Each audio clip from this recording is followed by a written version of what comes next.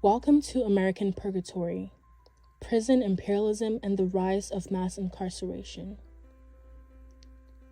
We're analyzing how the U.S. carceral system is rooted in centuries of colonial violence.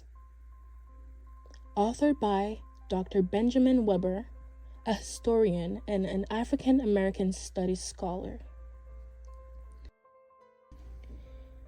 You may be wondering, what is prison imperialism?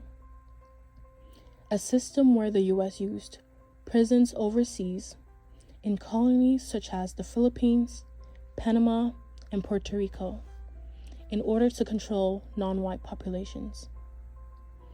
The U.S. tested brutal prison tactics in these various colonies and then brought them home to control Black and brown communities.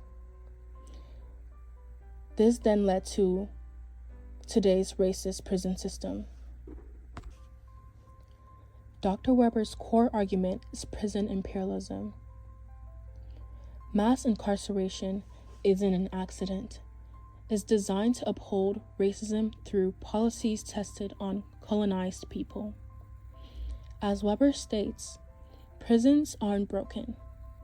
They are doing exactly what they were designed to do: uphold white supremacy through racialized punishment. Analyzing the first evidence, which was the Jefferson-Monroe Penal Doctrine. After enslaved Haitians overthrew French rule in 1804, U.S. leaders like Jefferson and Monroe feared similar rebellions. Their solution?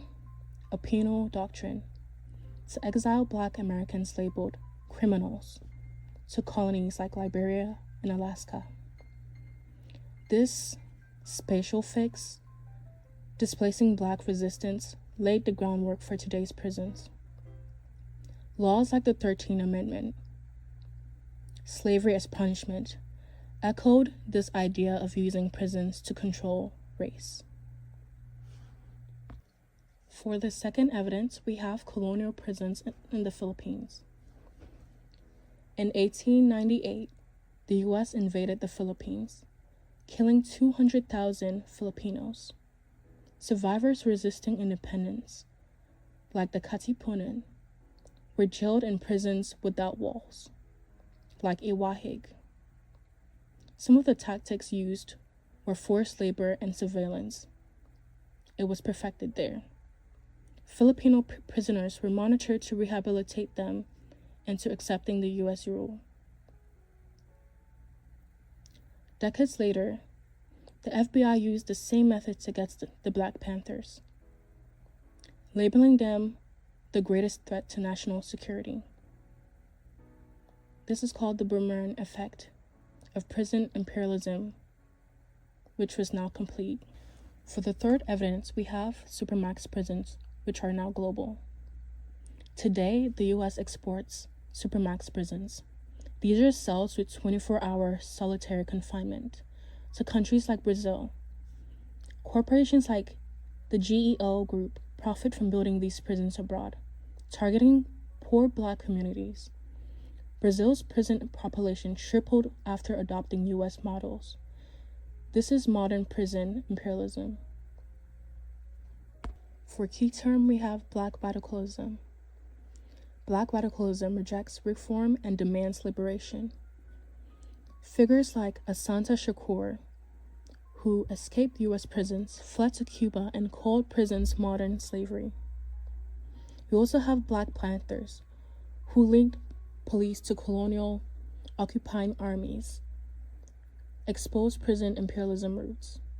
Even today, moments like #defundpolice argue policing and prisons are rooted in colonialism.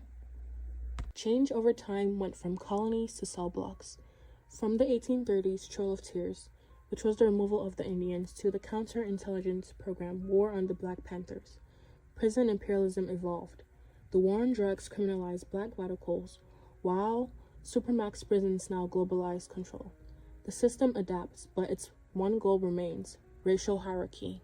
A very recent controversy has to do with the GEO Group in Australia. This is a US-based private prison giant. GEO Group operates Australia's offshore detention centres, where asylum seekers, including children, are indefinitely detained due to border security. This is a disguise for racial capitalism. But it's not new. It mirrors historical U.S. penal colonies, like what happened in Oahe in the Philippines, by outsourcing incarceration to control marginalized populations. Dr. Weber's work proves mass incarceration is not broken. It is intentionally built on colonial violence and racial hierarchy. Prison imperialism began in overseas colonies such as the Philippines, Puerto Rico, and Panama, and later returned to shape U.S. policing and prisons. As Weber urges, prison imperialism began with colonies, and it ends with abolition. Thank you.